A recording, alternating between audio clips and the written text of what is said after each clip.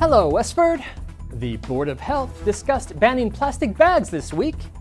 The Recreation Department is planning for a move to the old Courier Corporation site. And the Village Breakfast Restaurant opened in Forge Village. I'm Ira Keltz, and it's time for WestfordCAT News.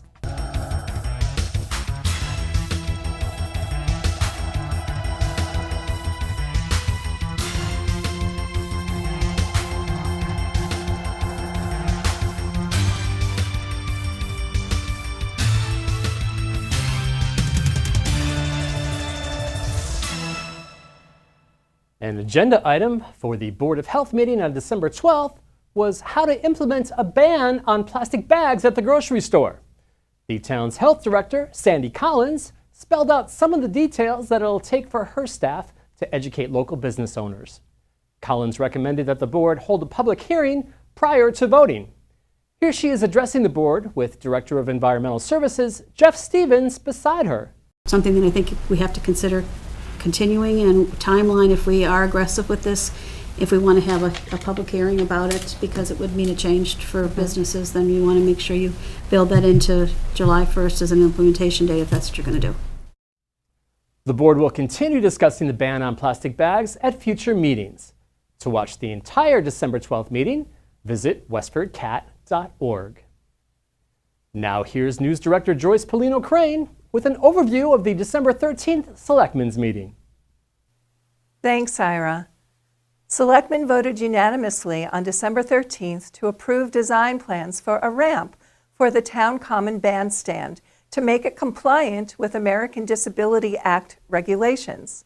They also will apply for community preservation funds to upgrade the structure. In addition, they will approach state agencies to explore the possibility of a waiver for the requirements. Ellen Hardy, a member of the Common Restoration Committee, who spearheaded the construction of the bandstand in 2008, argued that an upgrade is unnecessary. The bandstand has a lift to provide wheelchair accessibility, she noted. However, the lift is no longer compliant with ADA regulations, according to state officials. Here's Hardy detailing what occurred 8 years ago when the lift was installed and how it met accessibility requirements back then. And I've talked with Jody, and I certainly understand her position about the safety of the lift that is there, but I still have to go on the record tonight as having very serious concerns about doing this to the bandstand. And I'd like to tell you the three reasons why I have concerns. The first is a matter of principle. That lift that is on the bandstand was installed with the approval of the Massachusetts Architectural Access Board after a year of going to the hearings that they held on it, and with the approval of the State Elevator Board, just exactly the group that is now telling us that it's not in compliance. The Architectural Access Board said that it was marketed, it is a freight elevator, there's no question about that, but it was marketed as a handicapped lift. The Architectural Access Board knew that, and what they said was, if you go to the State Elevator Board and get their approval, then we will approve it. The State Elevator Board said it's not an elevator, it is a lift, therefore it doesn't come under our purview. And so they sort of were neutral on it, and they sent us back to the Architectural Access Board, who approved it. We followed the direction of two state boards. It cost us $12,000 in money that we didn't have, but we raised it, and we put in that lift to be compliant. Those are the boards now that are telling us that it is not what we can use there. And just on principle, for them to renege on the approvals that they gave us in 2008, I personally find unconscionable. We have it there because they told us to put it there. Selectman Don Sirianni was absent from the meeting. To see the entire Selectmen's meeting, visit WestfordCAT.org. In other news, if all goes according to plan, the Recreation Department will soon be moving to 22 Town Farm Road, site of the Courier Corporation, which vacated 2 of 5 buildings in October 2015. Developer Christopher Yule of Newton has a signed purchase and sale agreement with Courier parent company R.R. Donnelly and Sons of Chicago. Pat Savage, director of the Recreation, Parks, and Cemeteries Department, said special town meeting voters approved funding for the 4,500 square feet to house her staff members at a rental fee of $3,000 per month. Stay tuned to WestfordCAT for more on this in the future. Christopher Ewell is also behind the opening this week of the Village restaurant at 8 West Prescott Street. Ewell, who spent the past 7 years restoring and converting the Abbott Mill on Pleasant Street into upscale apartments, is an equal partner with resident Richard Crocker. The two purchased the building from Reno and Terry Arno, who operated a business there from 1972 to 2009 when they closed shop. The December 12th opening was the first time in 7 years that the restaurant's doors opened. Breakfast is served from 6 to 11 a.m., Mondays through Fridays, and from 7 a.m. to noon on weekends. The Festival of Trees, Wreaths, and Gingerbread Creations kicked off inside the Westford Regency Inn's lobby on December 8th. Organizer Patty Mason said there were more than 30 entries this year. WestfordCAT got recognized for first place in the gingerbread category for replicating the station's offices, complete with television camera and cable wires. Here's the town manager's report on what's happening in local government. Hi, I'm Jody Ross, Westford Town Manager. I'd like to fill you in on a few things that we have going on. So we have an internal holiday door contest, and each department decorates their own door leading into their department. They're very colorful, different themes, some have lights, and I encourage you to come to the town hall and view those doors. We also have them at the police department, water department, library, and highway department, so you can travel around town and get some holiday cheer. A couple of exciting new businesses that just opened this week in town. The Village Breakfast Restaurant in Forge just opened after, I believe, 7 years, and very, very nice group down there cooking the food for us, and lots of locals stopping by. It was a lot of fun. And Muffins on Main is a new business too, which is right here on Main Street, and delicious muffins, if I say so myself. I had a wonderful scone this morning and great coffee. So it's really exciting to have that revitalization in two of our villages. 12 North Main, which is the anodizing building, we are scheduled to release a request for proposals soon, within a couple of weeks. If you're interested in that building, please go on our website, westfordma.gov, and download a copy of the request for proposal. We'd love to see who comes forth and is ready to do something exciting with that location. One last thing I want to tell you about is many of you joined our town electrical aggregation program, and you went from National Grid to Con Ed Solutions at a lower rate than what National Grid was providing. Well, Con Ed Solutions is now selling that contract to Constellation New Energy. We don't think that you will notice any difference, but on your bill, which you get, which is a National Grid bill, but down under the supplier, it will say Constellation New Energy instead of Con Ed Solutions. So on that note, I wish you all happy, happy holidays, and my best wishes to all of you for a wonderful new year. Thank you. Westford had its first snowfall over the past week and a second one on Sunday night. Let's see what Joe Seppi is predicting for the next few days.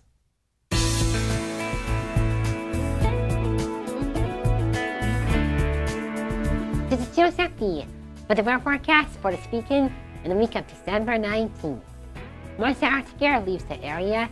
Temperatures become more seasonable this weekend and through next week. Here's what's coming up. On Saturday, there will be snow in the morning and a wintry mix in the afternoon. We may see a few inches of snow and ice. The high will be around 34 degrees and the low around 32 degrees. On Sunday, it will be cloudy with periods of rain. The temperatures will go from a high of 46 degrees down to a low of a chilly 16 degrees at night as another cold front blows into the area. On Monday, there will be mostly sunny skies with a high of 27 degrees and a bitter low of 10 degrees.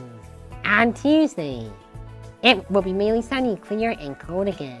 The high will be 32 degrees and low around 15 degrees. On Wednesday, we have partly cloudy skies during the day with clouds and a light freezing rain at night. The high will be 36 degrees and the low around 27 degrees. On Thursday, it will be cloudy with rain and freezing rain during the day. There may also be a mixture of rain and snow at night. The high will be 43 degrees and the low around 31 degrees. The cloudy damp weather continues on Friday. We have rain showers mixing with snow in the morning and evening. The high will be 41 degrees and low 28 degrees. That was the Westford weather. Have a great week, everyone, and keep warm. The Lowell Humane Society has many pets available now for adoption. This week, Patty Stalker introduces us to Emma, a 7-year-old affectionate black cat.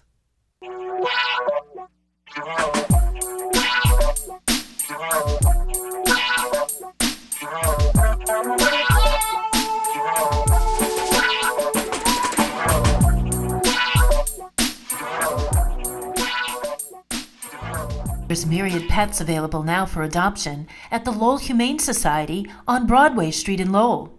I stopped by recently where Communications and Fundraising Manager Crystal Arnott introduced me to Emma, a curious, affectionate, and slightly round 7-year-old black cat. So Emma is a 7-year-old domestic short-haired cat. She is a friendly girl. She can be a little bit shy and first in new surroundings, but once she gets comfortable with you, she's really very affectionate and outgoing. She's known around here for giving kisses. When you're petting her, she'll lick your hand. It's really cute. She was surrendered, unfortunately, because she was moving, and she was surrendered to one of our partner organizations out in Central Mass. And she was there for a few months. She wasn't really moving, getting adopted, so they took some of our rabbits. We had an overflow of rabbits that were surrendered, and we kind of traded and took Emma here to see if we could get some people interested in her. Different crowd. She likes belly rubs like a dog. Most cats, you want to stay away from that area, but she really enjoys it. I think maybe she can't reach it herself, so she likes it. She's holding right on, kissing me. She's very sweet, very curious. She likes to explore. I don't believe she's had a history living with other animals, but I think with slow introduction, she would be just fine. As you can see, she is quite round, and she's not supposed to be that big. She definitely needs a diet. She is on a special diet right now just to help with her weight loss, but she can certainly go on a regular diet after she loses a little bit more weight. We think she'll be a lot more comfortable once she loses a little weight. She is a curious, active girl, so I think it was just a matter of her prior home feeding her way too much. We would really love to see her slim down and be able to be a little bit more active and lose some weight. She's already lost a little bit of weight while she's been with us here. We like to do it slowly so we don't cause any medical issues from fast weight loss. Of all the cats to go through there, the chubbiest one. You can learn more about Emma and all of the other pets available now for adoption, as well as find out how to donate, volunteer, foster a pet, or fill their wish list by going to lowellhumanesociety.org or visit them at 951 Broadway Street in Lowell. Call 978-452-7781. For WestfordCAT, I'm Patty Stalker.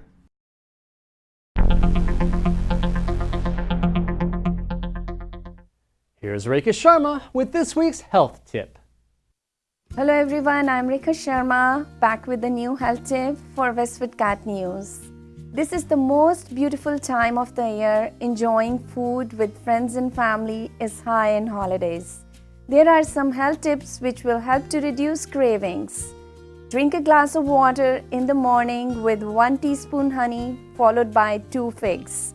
Eating a medium bowl of oats once daily, either in breakfast or as evening snack, helps to reduce the cravings and provides an excellent cleanse for the body. Eat 1 pear once daily in holidays for the glowing, beautiful skin. If possible, prefer sugar-free cookies, chocolates, and cakes. You can also drink a lukewarm glass of water before going to bed. Try these and stay healthy. Wish you very happy holidays. I'll be back with a new health tip. Bye for now. Now here's Sarah Fletcher with this week's events around town. Thanks, Ira, and thanks to the PCA for bringing me off the common and out of the cold to let you know about these upcoming events and community happenings. The Chabad of Neshoba Valley invites residents to the grand Hanukkah celebration on Westford's Town Common on Sunday, December 25th from 4 to 5 p.m. Music, entertainment, and the lighting of a 9-foot Hanukkah menorah will take place, and all are welcome to attend. There's a teen and tween holiday food party taking place at the Fletcher Library on December 28th at 11:30 a.m. It's a hands-on cookery program where participants will learn how to make a variety of simple and scrumptious treats for families and friends and holiday parties. Registration is required, so please call 978-692-5555. The library is located on Main Street in the center of town. The Cameron Senior Center is now open on Tuesdays and Thursdays until 8 p.m. Seniors can use the fitness center, computer room, library, and billiards tables during those hours. The outreach coordinator is available for consultation. The Senior Center opens at 8 a.m. Monday through Friday. For more information, call 978-692-5523. And the Cameron is located on Pleasant Street.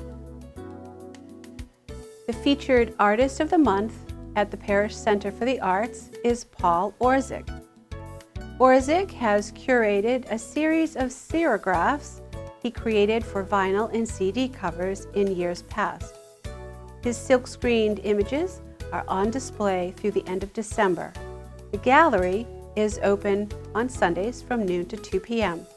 For more information, call 978-692-6333 or email pca@parishcenter.org. I'm Sarah Fletcher, the Marketing Outreach Manager at WestfordCAT, wishing everyone a very happy holiday season, and back to you, Ira. And that's a wrap, Westford. We leave you with scenes from the WestfordCAT Holiday Luncheon at Bamboo Restaurant.